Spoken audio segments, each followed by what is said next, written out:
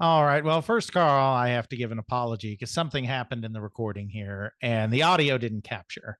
Uh, it's David Whittaker. You want to hear the audio. The jaunty tune's pretty nice. It's repetitive, but it's one of those that doesn't get too annoying as it's Ooh, repetitive. yeah, you just Yeah. took it. Yeah, the lunch cart took me right out there, I think. It's not a lunch cart. It's supposed to be a cleaning cart. You're actually the premise is you've been hired to clean this hotel Aha. and you're just trying to avoid work. So Gotcha. that's I think it's your boss and an investigator and the cleaning cart. Yeah, And so I made it over the cleaning cart there. I figured out jumping, got in the room, and look, it is Space Invaders, mm, basically. Yeah, yeah. little fast action Space Invaders. Music doesn't change. There are sound effects, but I think it's the same jaunty tune throughout. There's I think there's four different tunes, but some of them are associated directly with certain games. So some Gotcha. games have their own tune, and then the others don't. And for those who don't know, David Whittaker, very famous British game music composer. So yeah, Yeah. and So yeah, like gets faster and faster, and there's Space Invaders. hmm, yeah. So the idea behind the game is basically you're just trying to avoid work Yeah, and you just keep going into these rooms and play games to not have to work. gotcha. And the game has no end. It just keeps going like this forever. That's And right. and this was something that we just kept coming back to when I was a kid. It was like there's no point to it, but Yeah. it was always just fun and you just kept trying to get higher scores and higher scores. Yeah, I mean, it's got a decent variety of stuff going on, for sure. And the music's not bad. The graphics, all things considered, I mean, it's a C64. In Not the 1984, In yeah. 1984. I was going to say it's not the best graphics you'll ever see on a C64, but they had to cram so many different games in, and I'm sure that cut down on the memory they had to store all the different graphics. So, you Well, know, that's the other thing. This is a cassette game. This is a one load. So well, all the that's true games too, of are in that course, because 64K of RAM. Yeah. that's right. That's right. Yeah. Because the Brits are And insane like that. if it can be done cheaper, it's the Sir Clive way. That's right. That's right. And what have we here? Well, we have Astro Smash, essentially. Yeah. Uh, And I love that little effect of the screen actually, the entire monitor breaks when you get hit. yeah. Yeah, I mean, there's some decent effects and whatnot in this game, I do think. Mm. And, all these they have time limits. They tend to have some speed ups here and there. I mean, it's variations on a theme, but not the worst theme in the world. Based on some of the more popular arcade games of the last few years at the time this was Mm. done. Yeah.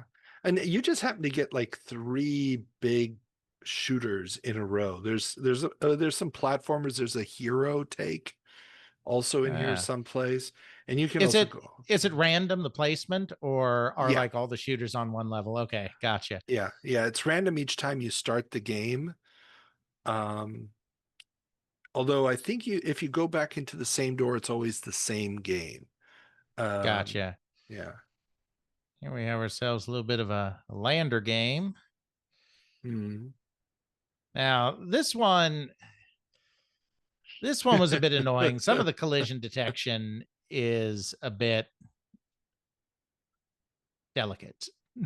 Oh yeah, yeah. It's pixel perfect. It's like you need to Yeah. get just right. But and this is a weird one because this is very English. It gave you the option of using keyboard controls Yeah. at the beginning, which no self-respecting American C64 developer would have ever done.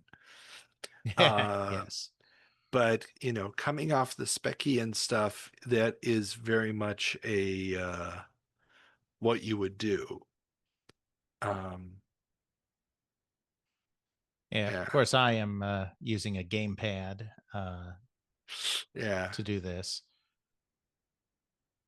And I Yeah. think the gamepad, in all fairness to this game as well, I think the gamepad is a bit more hair trigger with this game and this emulation, because I noticed even when I was setting my lives at the beginning that sometimes when I thought I was just pressing the button once, it was recording like 2 or 3 increments.